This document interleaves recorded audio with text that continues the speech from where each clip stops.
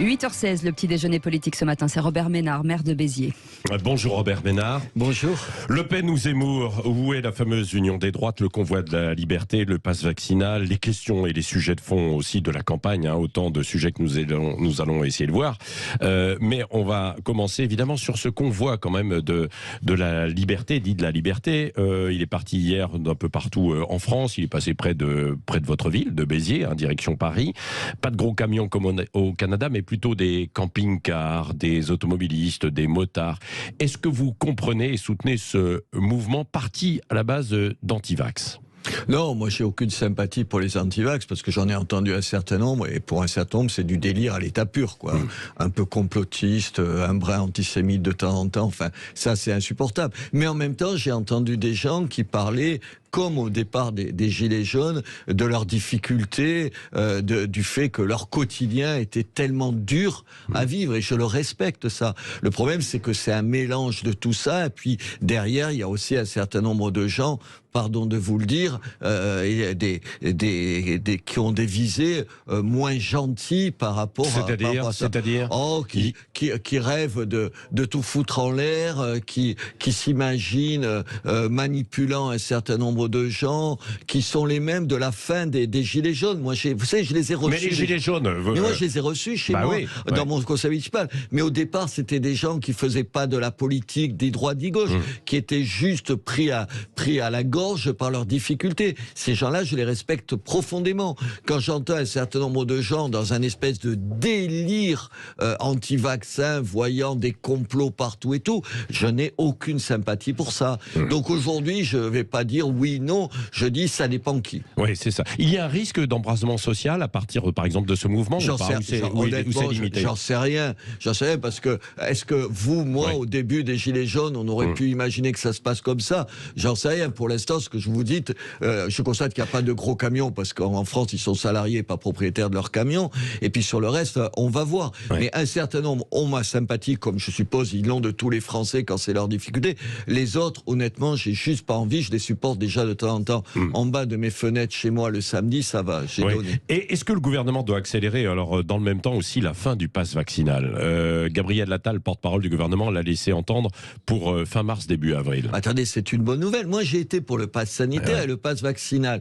Pas parce que je suis absolument pour ce genre de mesures, parce qu'il m'a semblé que c'était le seul moyen de sortir de cette crise, de cette pandémie. Je constate que ça allait plus tôt. Alors, je suis pas assez naïf pour pas me dire, tiens, est-ce que fin mars, il n'y aurait pas une élection? Rappelez-moi Oui, d'accord, bien sûr que je suis pas assez totalement débile pour pas faire le rapprochement avec le 10 avril. Mais en même temps, je continue à penser que si on n'avait pas fait le pass sanitaire, il n'y aurait pas eu des millions de gens qui se seraient sentis peut-être obligés, mais en tout cas, qui se sont fait vacciner, et que ça a été un bon choix. Et je me contrefous que ce soit le choix de M. Macron. Si c'est un bon choix pour mon pays, j'applaudis. Mais bien sûr, je ne suis pas naïf au point de ne pas comprendre que maintenant, si tout ça pouvait se finir avant les élections, ce serait une bonne nouvelle. Oui, on va parler Zemmour et Le Pen, mais avant ça aussi le départ d'Éric Woerth des rangs des LR pour rejoindre Macron. Il dénonce une campagne de Valérie Pécresse qui court après une France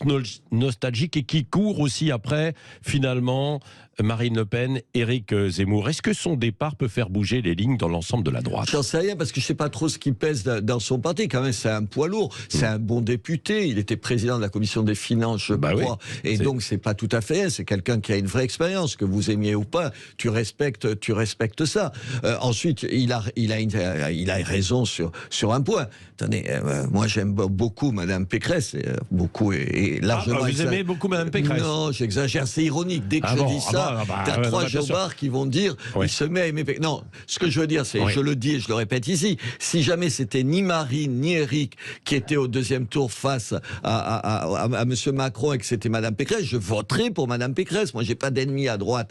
L'union de la droite, je la pratique à l'égard de toute la droite. Mais quand M. Woerth rappelle qu'elle a beaucoup critiqué son parti parce qu'elle le trouvait en gros trop à droite et évoqué trop insupportable, il a raison. Enfin, son retour à Mme Pécresse chez les Républicains, c'est quand même d'un rare opportunisme. Elle s'est dit, c'est le prix à payer si je si je vais être investi. En quoi elle a réussi, vous avez remarqué et tout. Mais évidemment, vous avez toujours, par rapport à Madame Pécresse, une espèce de doute en se disant, attendez, vraiment, elle pense ce qu'elle dit maintenant. Elle disait le contraire. Vous avez un doute sur sa sincérité, son authenticité, en quelque sorte. Je ne fais pas des procès aux gens, mais je constate qu'elle quitte son parti.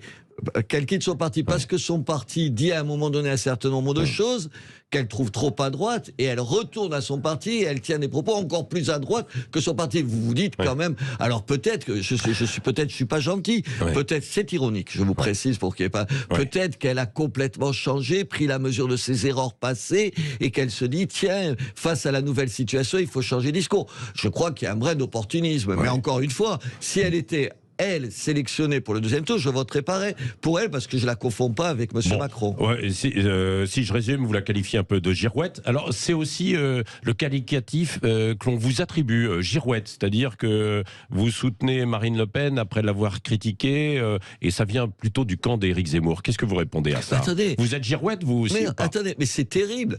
Quand vous soutenez quelqu'un tout en montrant du doigt vos désaccords, il y a un problème. Et qu'est-ce que c'est cette droite ou cette droite de la droite, pour pas dire de l'extrême droite, qui dès que tu dis quelque chose de critique par rapport aux gens que tu soutiens, ils trouvent que tu te comportes pas bien. Pardon. Moi, je ne suis ni militant du Rassemblement national, ni dans le fan club de Marine Le Pen, ni militant de Reconquête, ni dans le fan club d'Éric Zemmour. Je les connais tous les deux, je les fréquente depuis des années. Je sais, enfin, j'ai un point de vue critique sur un certain nombre de choses qu'ils disent. Je peux le dire, j'ai le droit de le dire, mais on est dans une espèce de situation où maintenant c'est ou tu marches au pas, ou tu es un traître. Enfin, il faut pas rigoler, 5 minutes. Oui, Marine Le Pen, aujourd'hui je la soutiens parce qu'elle a changé. Attendez, pardon, sur deux choses.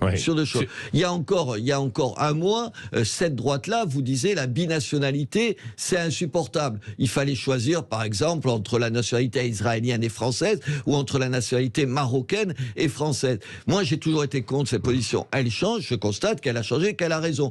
Sur la retraite à 60 ans, j'ai toujours dit que ça n'avait pas de sens. Je vous ferai remarquer qu'elle change et qu'elle se dit, oui, tiens, peut-être, alors elle n'a pas assez changé, mais elle évolue là-dessus. J'applaudis. Quand Éric Zemmour, hier, dit un certain nombre de choses, je le trouve moins cassant, plus à l'écoute. J'ai trouvé que le ton était moins dur que d'habitude, plus à l'écoute des gens. Je trouve que c'est bien. En même temps, quand sur l'immigration, il continue à dire, j'en sais rien, il faut une immigration zéro, ça n'a juste pas de sens parce qu'il ne le fera pas.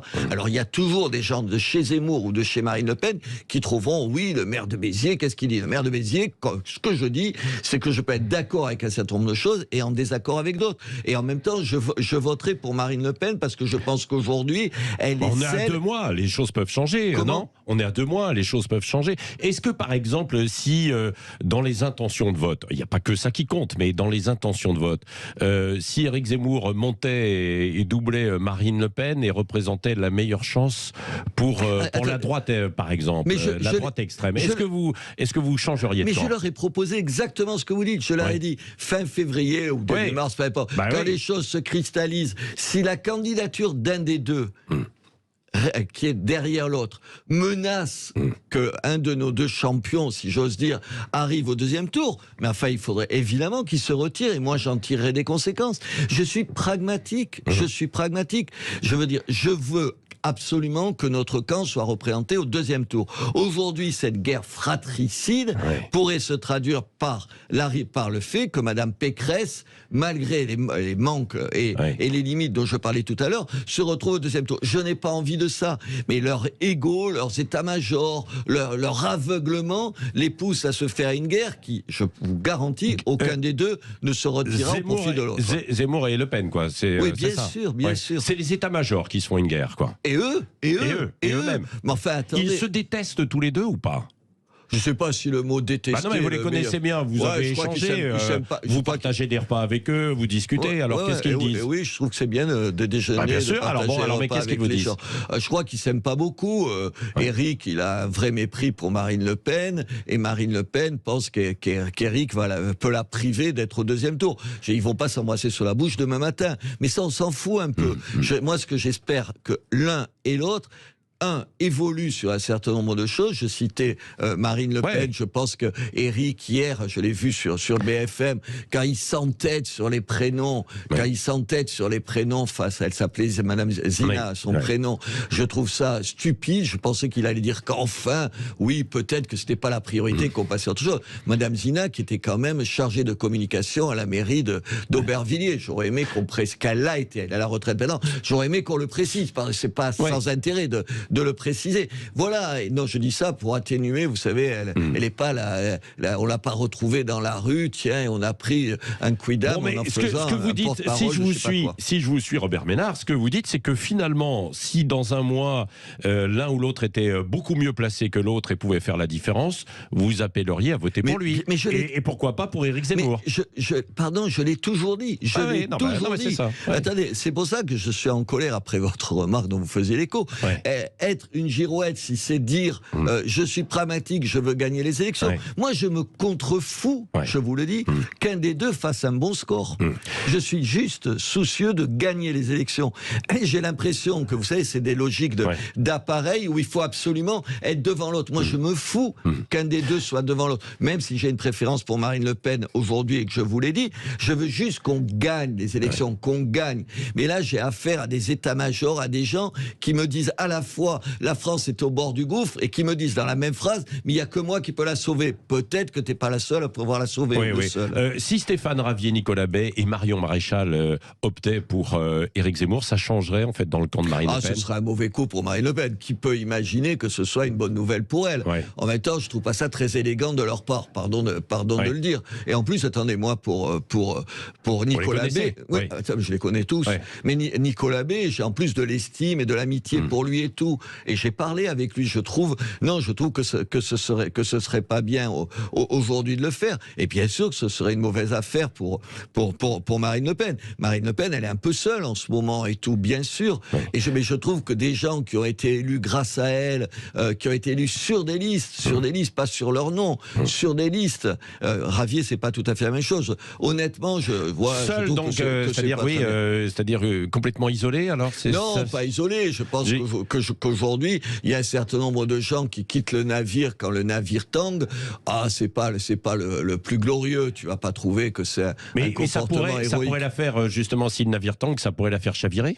Écoutez, je pense que si Marion disait explicitement, elle a déjà dit qu'elle ne voterait pas pour elle, c'est déjà un pas franchi, là encore pas très élégant. Si demain elle s'affichait officiellement auprès d'Éric, je ne sais pas ce que ça représente électoralement, mais en termes d'image, c'est une mauvaise nouvelle. Vous la sentez un peu fragilisée, justement, Marine Le Pen, ces dernières semaines? Je trouve à la fois fragilisée, mais en même temps, du coup, peut-être plus ouverte, plus tolérante, plus arrondie, moins cassante, plus humaine. Moi, elle m'a touché quand elle a parlé d'elle à la fin de ce meeting. Oui, mais c'est tout ça. Je trouve qu'elle a appris, cette fille, ou cette femme plutôt, je pense qu'elle a pris tellement de coups, elle continue à en prendre, qu'au fond, tu as deux façons de réagir. Une en te blindant, en te recroquevillant sur toi, et puis une autre en t'interrogeant. Je pense qu'elle s'interroge sur un certain nombre de choses, et je trouve ça plutôt bien. Voilà. Moi, je pense qu'il y a les idées, puis il y a le comportement des gens. Je pense qu'Éric, il est trop rude, trop dur, trop cassant, trop brutal encore, même si j'ai... C'est ça leur grande différence, plutôt que sur le fond des idées, si sur le fond des idées, il y en a qui est plus libéral que l'autre. Oui, il y a des désaccords, des désaccords et tout. Oui, mais ça compte. Attendez, monsieur, vous votez pas pour un bloc d'idées, et pour vous votez pour quelqu'un qui incarne ces idées.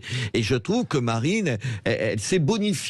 J'allais dire avec l'âge, c'est pas gentil. Elle s'est bonifiée avec l'expérience. Avec l'expérience, elle s'est bonifiée. Emmanuel Macron, d'un mot aussi, relance le plan nucléaire aujourd'hui. Est-ce que vous trouvez que c'est une bonne nouvelle aussi? Et le fait aussi de racheter ce qu'il avait vendu, c'est-à-dire qu'on va racheter la partie, les turbines de General Electric par EDF, quoi. Écoutez, je trouve bravo. Bravo, il était temps. On ne peut pas dire qu'il n'a pas changé là-dessus, parce que parlant de... Tout à l'heure, vous parliez de Girouette, quand même, je me rappelle sur le nucléaire ce qu'il en disait. Fessenheim, c'était un cadeau offert, la fermeture de Fessenheim, à la bien-pensance. Il fallait tout le monde doit être écolo. Vous avez remarqué, il y a encore 10 ans, si tu disais que tu étais pour le nucléaire, tu étais un peu moyenâgeux. Et lui, il était dans cette ère du temps-là.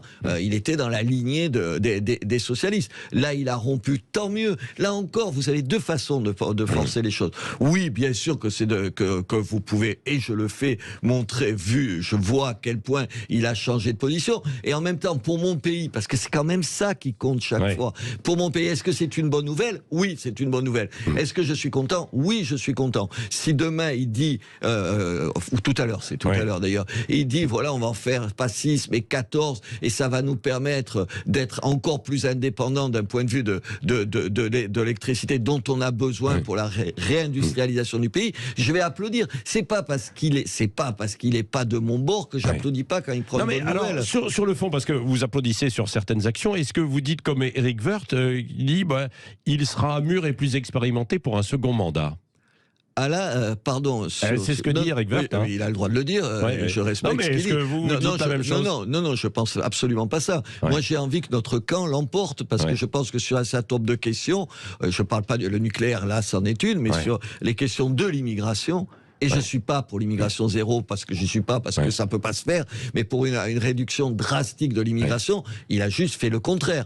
Sur les questions de sécurité, Monsieur Darmanin, il peut s'emporter face à une de vos collègues sur une autre radio, reste qu'elle a raison, et que sur le point, la question de... Il n'y a pas eu d'amélioration, ce que vous dites. Attendez, il n'y a pas eu d'amélioration. Vous voulez que je vous donne les chiffres, 2000 agressions tous les jours, il faut pas rigoler. Tu peux pas dire que c'est positif. Sur les questions d'autorité, et en particulier à l'école, vous pouvez pas dire que ça va mieux qu'il y a 5 ans. C'est pas vrai. Je veux dire, voilà ce que j'essaie de dire, c'est dire, on prend 2 colonnes, on dit qu'est-ce qui est positif. Il y a un certain nombre de choses que M. Macron a fait plutôt bien. Je trouve que sur la crise sanitaire, au-delà de son arrogance, il a fait un certain nombre de choses positives. Mais sur ces 3 thèmes, c'est tellement négatif que je veux qu'on change. Oui, Robert Ménard, on a appris là donc que la préfecture de police, cette fois, elle confirme, elle interdit le convoi de la liberté qui est de rejoindre la capitale aujourd'hui. C'est une bonne décision ou pas? Enfin, attendez, aujourd'hui, bloquer Paris, je crois que si tu es parisien, tu n'as juste pas envie. Et si tu es banlieusard et que tu viens travailler à Paris, tu n'en as juste pas envie. Je pense qu'il faut laisser manifester les gens, mais il y a des cadres pour ça. C'est juste un truc qui s'appelle, je le vois, je suis maire. Je parle comme un maire, je parle pas comme un homme politique qui a aucun mandat et qui n'en a jamais eu. Je parle comme un maire et je suis confronté à ça. Pardon, il y a un cadre pour manifester. En France, tout le monde peut manifester en respectant un cadre. Eux comme les autres. Merci, Robert Ménard était l'invité ce matin de Sud Radio.